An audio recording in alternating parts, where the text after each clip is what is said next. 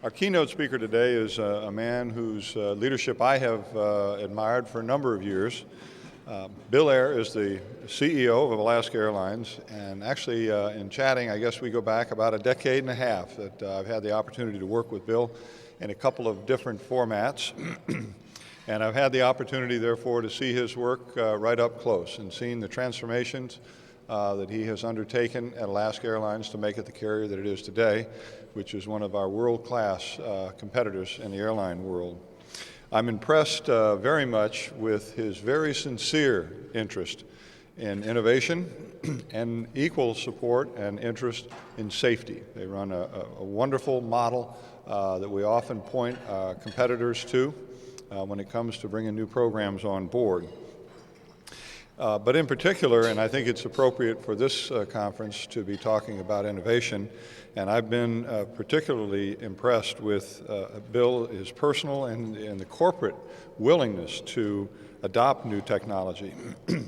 Alaska Airlines is the only airline in this country that has the equipment on its airplane capable, making them all capable of shooting either RNAV or RNP approaches, the only carrier. So adopting next gen for them has been a fundamental from day one. It has improved service for their customers over the years, that saved them fuel and helped the company's bottom line, thus proving and helping us prove the business case for next gen.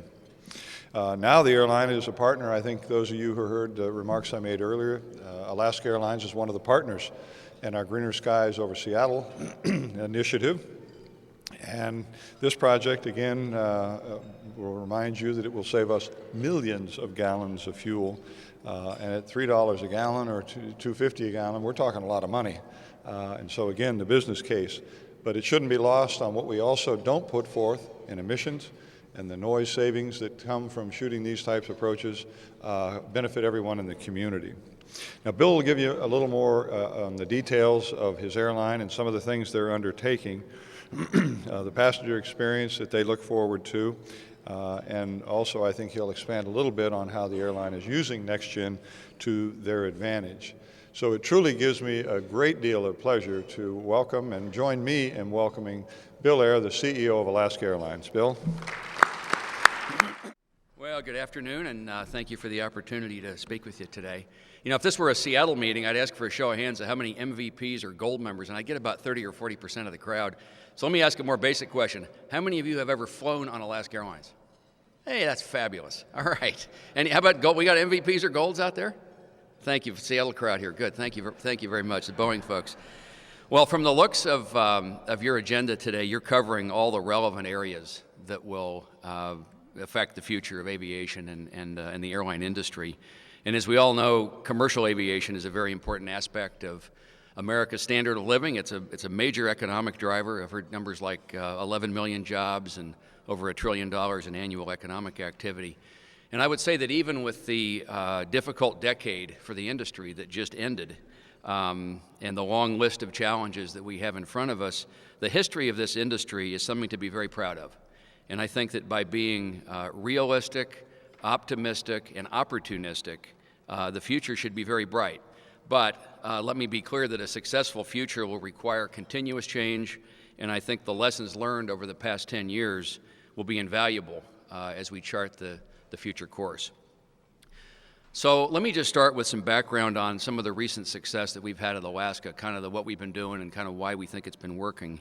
And then noting that the theme of this conference is about, meeting future challenges through innovation, I'll talk about two key areas of innovation, and Randy mentioned that, the passenger experience, some of the things we've been doing there, and then some next-gen things, next-gen airspace efficiency and some of the applications that we've had at our company. And first, let me tell you a little bit about us. We were founded in 1932 in the state of Alaska. How many people have been to Alaska? Okay, so you know how aviation is in Alaska. And to this day, not only in 1932, but to this day, air travel is more of a necessity than a luxury. There's vast distances and there's no road network, and so everybody and everything travels by air. And our company has been an integral part of the social and economic fabric of these communities that we serve in Alaska. And so our mindset, from way back and to today, and we want to have it be our mindset going forward, is that we're more in the business of serving communities than we are in just flying airplanes from point A to point B. And so because of that orientation, we've had a strong focus on people. As we built the airline, people being customers for sure, but also on employees who've created a terrific culture of integrity, caring, professionalism, and what we call Alaska spirit, which is really caring about customers and taking great care of them. Now, together with our sister carrier, which is Horizon Air, we're the 8th largest airline, but we only carry about 3% of domestic traffic. So that's a reminder of the market concentration that exists in this industry. We have transformed our company over the last 8 years or so, and we are now being recognized for lots of stuff: industry-leading customer service, on-time performance, and financial results. In fact, if you saw, I think it was in yesterday's Wall Street Journal, we were actually the most profitable airline in terms of margin of the majors in 2010. So we view the business as having 3 stakeholders. It's like most businesses do. You have employees, you have customers, and you have investors. And our transformation plan was designed to provide alignment among them and balance between them. And we thought that if we did this correctly, that alignment should give rise to a virtuous cycle between those 3 groups, where benefits for one lead to benefits for the others. And we're now achieving that. We have good stable careers for employees with generous incentive compensation, award-winning service, J.D. Power Award 3 years in a row, that type of thing in terms of the customer side, and an expanding network that gives lots of utility for customers, particularly who live in the Pacific Northwest, for our route network, and importantly, a demonstrated return for shareholders. And we reached our long-term goal of a 10% return on invested capital here in 2010. Investors had been left out of the equation in this industry for a long time. So we thought, as we went into this transformation years ago, that consistent results for them was an important goal. And not just because I'm talking at an FAA event, but I would say the thing we're proudest of is our record of safety and technology improvements over the past decade. We have a board of directors safety committee that sets a clear tone at the top, a vice president of safety overseeing both operating certificates, ensuring that single level of safety, whether it's a Q400 or a 737, and an employee culture that understands that nothing is more important than a safe and compliant operation. We have been early adopters of every important flight deck technology over the last 2 decades. And we really pioneered R&P technology, as Randy talked about earlier, in the mid-'90s. And it was in Juneau.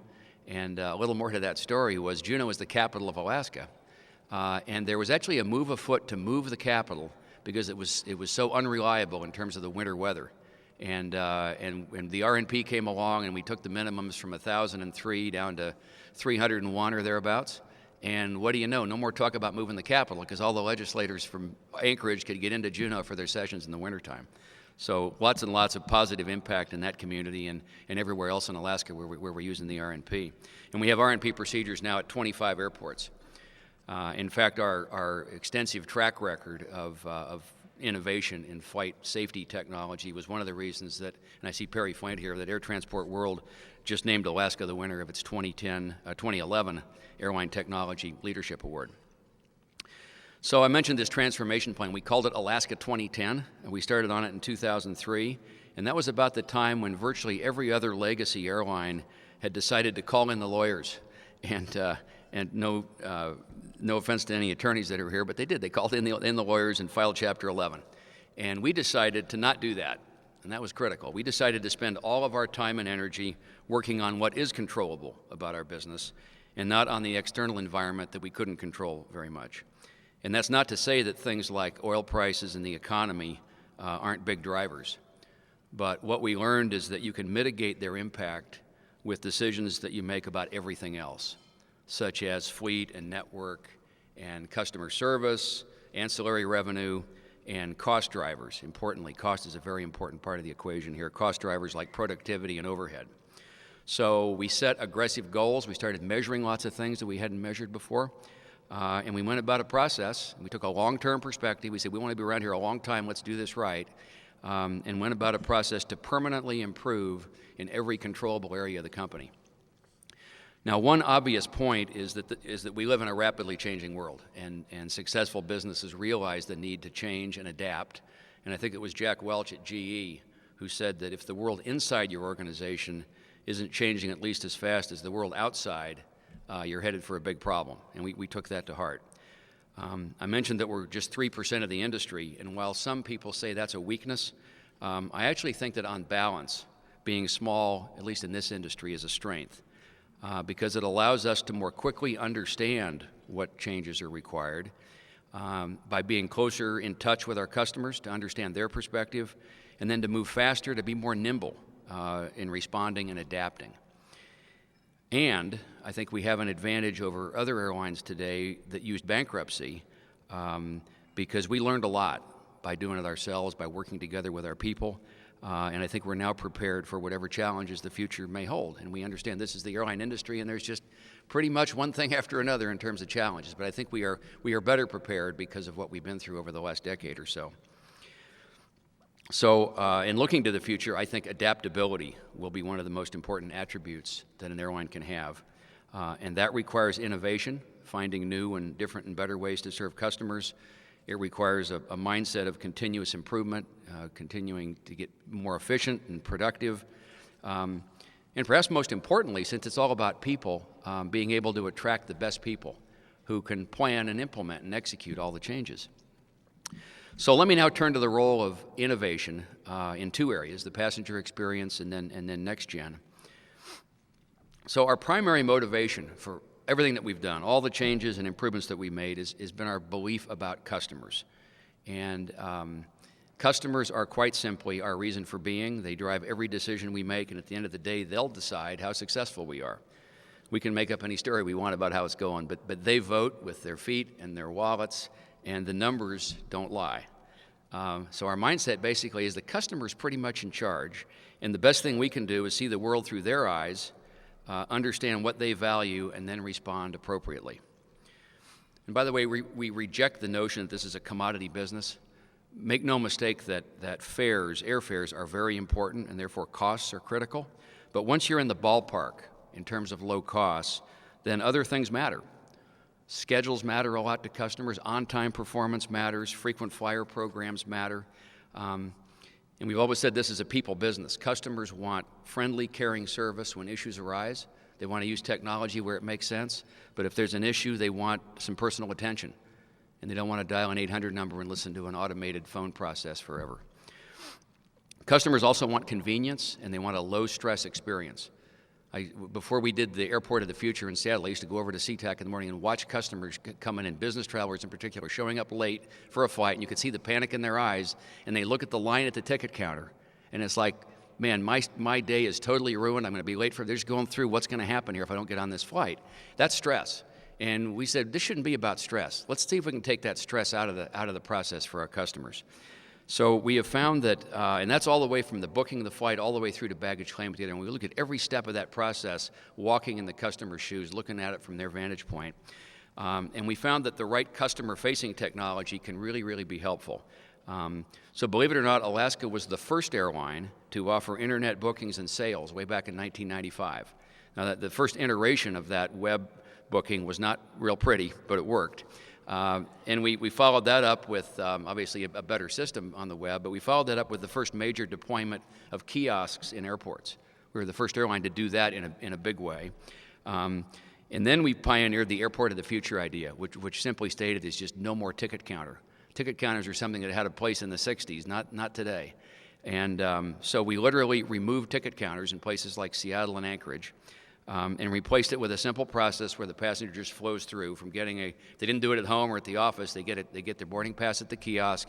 If they've got a bag to check, they move through a quick bag check where the boarding pass is scanned and the tag comes out, and then they move on through to security. And not only did we see big reductions in check-in times, what we saw was changes in looks on people's faces about the stress stuff. It was like now they do it on their time, and people told us they behaved at a lower stress level, but they also told us that we're no longer holding them captive by a slow-moving line, and people are just feeling a whole lot better about the process of how you get on an airplane when you fly on Alaska Horizon. And I think the future holds much more customization through additional web enhancements, the possibility of self-tagged baggage, which I think is pretty exciting. And while doing all of this with technology while still having the option for a, quote, high-touch experience for people that want to have that. I would add that unbundled or the a la carte pricing model, I think that is here to stay. I heard some conversation about that this morning. I think that is here to stay because if it's used sensibly, it's what customers prefer. And go back to this whole customer focus. Paying for services you actually use and not paying for those you don't is the way pricing works for just about every other product or service. And we recognize, though, there are limits. You can't get ridiculous with this. And so for us, the test of whether something is a candidate for unbundling or whether we have additional costs associated with it, that not everybody wants it, and that we can look the customer in the eye while explaining it. So those three things are really important.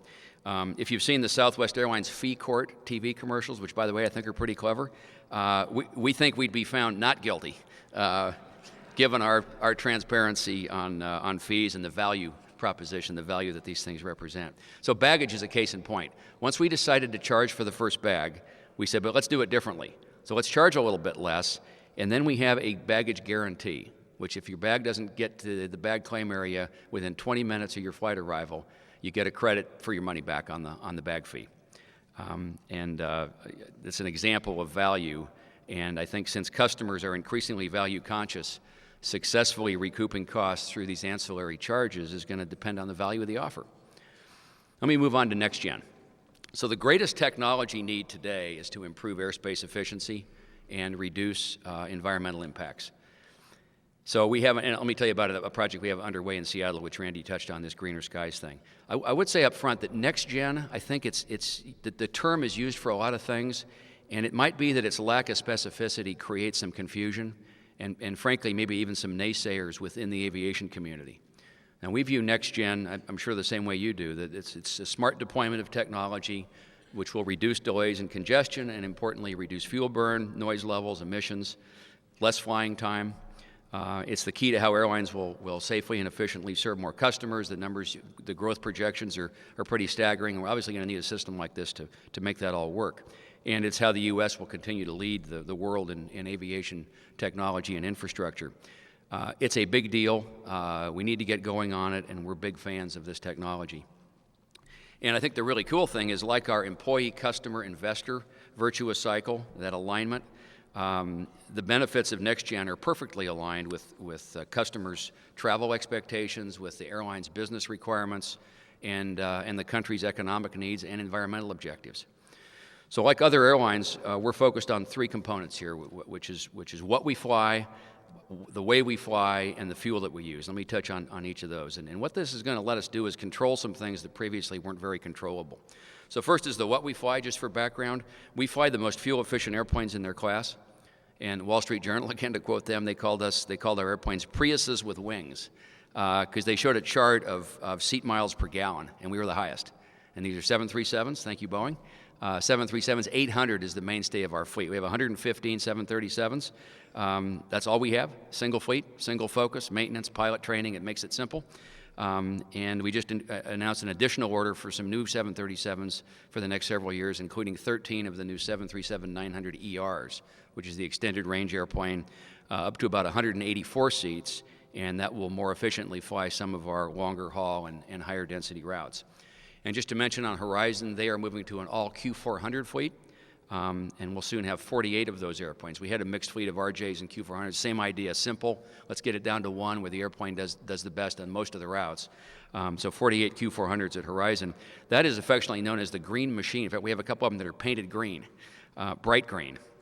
And the fuel efficiency of the Q400 is roughly equivalent to driving a car that gets 60 miles per gallon, which I think is 30 or maybe 40% more efficient than a comparable sized regional jet, at least on the segments that we're flying. So in large part because of the multi-billion-dollar investment in these fleets by the two companies, we've reduced our carbon emissions per revenue passenger mile by 23% since 2004. Okay, second on that list is the way that we fly. So the objective is to operate these airplanes as efficiently as possible. And we do the normal things like not using the auxiliary power unit on the ground unless we have to, taxiing on one engine when we're at a congested airport. But we need to do more. And so RNP is the key, has been the key for us to enable that efficiency. and pioneered in Alaska. The technology is now being adopted around the world, but to date, as Randy said, we're the only domestic carrier with a fully equipped fleet with fully trained crews and making use of these procedures.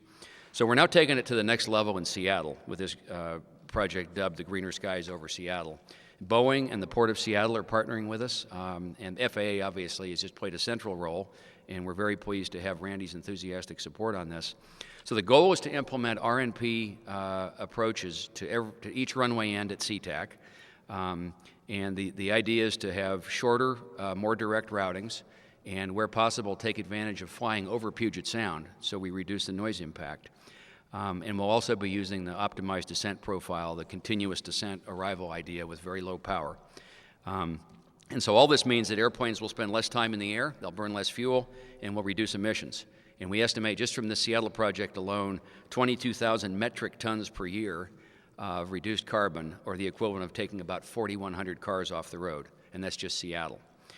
Because the airplanes will be at higher altitudes with this optimized descent, so that's less noise. So it's a win for everybody. It's a win for the community, it's a win for us, it's a win for the FAA.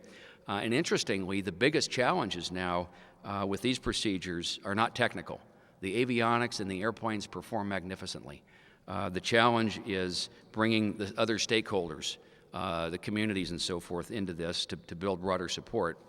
And I think really importantly, the Greener Skies project represents a microcosm of the various elements that must be met in order to truly modernize the national airspace system. And we believe that what we're doing in Seattle can serve as a template for advancing next-gen in other parts of the country. So one of the keys to this is the FAA shifting it to a best-equipped, best-served standard, and we very much applaud that philosophical shift. But to be candid, as you know, there are many skeptics who aren't sure the FAA can implement the major overhaul that next-gen represents.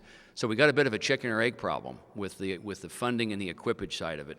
And so we're advocates for doing more of these demonstration projects, the Greener Skies idea, what Southwest is doing, what JetBlue is doing, and in so doing, proving the benefits and making the case for the substantial long-term investment that's going to be required. Kind of sneak up on this a little bit and get some of the benefit early on. So finally, let me discuss fuel. As we look at the cost and volatility of fuel prices, finding a commercially viable, environmentally sound, and sustainable alternative to petroleum-based jet fuel is very important. So efficiency can only get us so far. And while we're probably some years away from having the supply necessary to meet the industry's needs, there is a lot of very exciting work happening in this field, both on the government and the airline and entrepreneurial side of things. And to that point, we're pleased to see the launch of the National Farm to Fly Initiative, which, as you may know, was formed by the USDA, ATA, and Boeing to promote the production of sustainable feedstocks and the development of aviation biofuel production facilities. So this initiative appears to be off to a promising start. And more locally in the Northwest, we're part of an initiative called the Sustainable Aviation Fuels Northwest Program, which is designed to promote aviation biofuel development in the Pacific Northwest. And we're joined in that effort by Boeing, the ports of Seattle and Portland, and Washington State University, and the Spokane Airport. And it's, I think, the first regional assessment of its kind in the U.S., looking at biomass options within a 4-state area as possible sources for creating renewable jet fuel. It's also examining all phases of developing a biofuel industry, from the production, biomass production, all the way through the supply chain to the actual use by airlines. And I think they're going to issue a report here in the spring. And similar to these next-gen projects, we're hopeful that this project can play a role in accelerating the development of this industry and maybe serve as a model for other regions. So let me wrap up by saying that we sure don't profess to have all the solutions to the challenges of our industry, but we believe that our pioneering spirit, which stems from our early days up in Alaska, along with our relatively small size, that notion of being nimble and in close touch with customers, asking the right questions, staying adaptable. We think those are the attributes that will always be required in this industry, and they'll drive continuous improvement and future innovation. We are intent on building upon our current high levels of performance and becoming a more significant player to help solve some of the industry's challenges. And that, in turn, will help the country maintain its global leadership in aviation safety, technology, efficiency, and environmental stewardship. So good to be with you this afternoon, and and hope you have a successful rest of the conference.